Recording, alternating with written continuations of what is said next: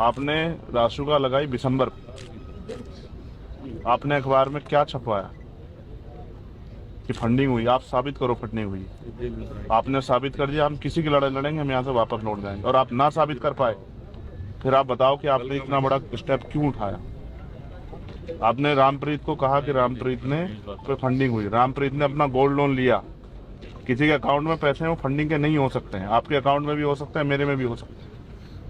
ये नहीं कहा कि फंडिंग का नहीं, वो अखबार में आपका बयान छपा हुआ है, उसे भी छोड़ो। आप मुझे बताओ, ये लिखा होगा आप और वो सुनो, कोई मन बना के कोई समाज अपने ऊपर नहीं पुलिस की लाठियां लगवाएगा कि हम जाके बवाल करें। ये एक घटना थी, हो गई, और घटना के रिएक्शन में जो बाकी काम हुआ वो घटना के रिएक्शन का हुआ।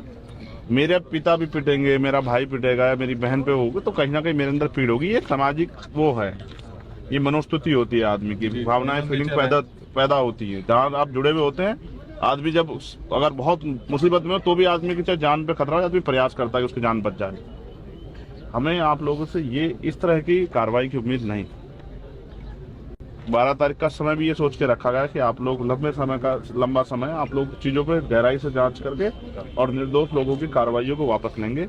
और इस चीज को थोड़ा सा, क्योंकि और चाहते तो हम 2 दिन बाद भी कर लेते, आप ये थोड़ा, इसमें मुझे बताने की जरूरत थोड़ा ही है कि हम पे यहाँ अपना कितना मजबूत संगठन है।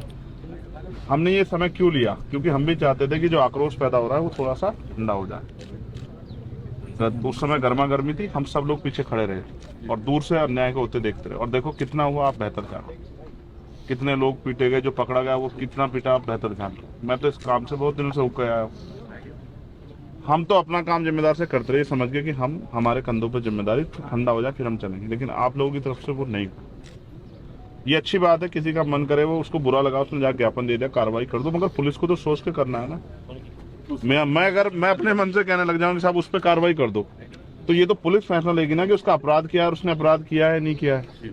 और कोर्ट भी जब तय कर लेता ना, एविडेंस सुन लेता, तब सजा देता है। आपने तो पहले ही सजा घोषित कर दी और ये दर्द हमें यहाँ तक खिंचला। अब ये बताओ उनके बच्चों को हम क्या जवाब दें जिनको आपने अपराधी बना दिया, इनाम घोषित कर दिया। उनके बच्चों क्या जवाब? अपने समाज की लड़ाई लड़ना कहाँ से अपराध होने लगा है?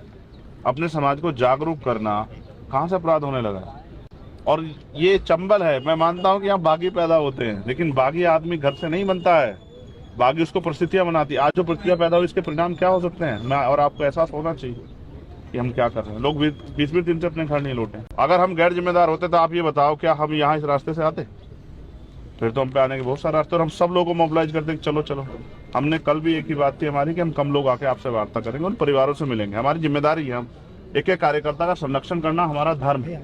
और अगर हम ये नहीं कर सकते, जैसे आप अपने एक कांस्टेबल का संरक्षण करोगे और आप अपने एडमिनिस्ट्रेशन के जितने वो कर्मचारी, चाहे वो हो पटवारी हो, चाहे सेक्रेटरी हो, चाहे वो और कोई हो, आप सबके गार्जियन है। ऐसे ही चंद्रशेखर आजाद अपने कार्यकर्ताओं गार्जियन। और इस समाज में, जिस समाज में मैंने जन्म लिया है, मैं तो बहुत दिन से, हमारे यहाँ से तो एकता चली आ रही है। जब इतना अन्याय हुआ तो मैं कैसे सहन करूँ? आप बताओ। इंकलाब जिंदाबाद। कैसे देखो कि समस्याओं को भी सुनो, लोगों की जो लोग महसूस कर रहे हैं। भय का माहौल अच्छा नहीं है। क्या ये अंग्रेजों का गुलाम भारत जिसमें भय का माहौल हो कि लोग घर से बाहर ना या लोग छोड़ के भाग जाएं? ये भी एक फैक्ट है जिसका मुझे एविडेंस है जिसके पास, कि भाई एक आदमी अगर गौरव नाम का है या आकाश नाम का, 10 आकाश के यहाँ पुलिस चली गई, तुम तो नहीं हो। तो उसने कहा साहब ये तो वहां से अच्छा, लाओ फिर दो। तो ये पुलिस की छवि के लिए अच्छा नहीं है। ऐसा होता है तो हाँ, तो ऊपर से नीचे तक सबकी छवि खराब। अगर मेरा कोई कार्यकर्ता गलत करेगा तो क्या मेरे ऊपर फर्क नहीं पड़ेगा? और आपका कोई कर्मचारी गलत करेगा तो आप पे फर्क पड़ेगा। इसलिए मैं ये चाहता हूँ, हमारी एक मांग पत्र जो भाटी ने आपको दिया है, दूसरा उन परिवारों से हमारी मुलाकात हो जाए और हम तो आपसे हाथ जोड़ के रिक्वेस्ट कर सकते हैं भाई। छोटा सा सवाल मेरा ये था कि 60 साल के बुजुर्ग हैं गिरिराज सिंह जी, और जो मौके पे केवल ज्ञापन के लिए आए थे, जहां बच्चों ने, अगर किसी ने कोई गलती की तो आप उसमें फुटेज में देख सकते हैं कि वो डंडा लेके बच्चों को मार रहे हैं आपकी मौजूदगी में। तो सर, उनको बिना जांच के इंटेंशनली जेल भेजना संगीन धाराओं के खिलाफ भी हुआ आपका।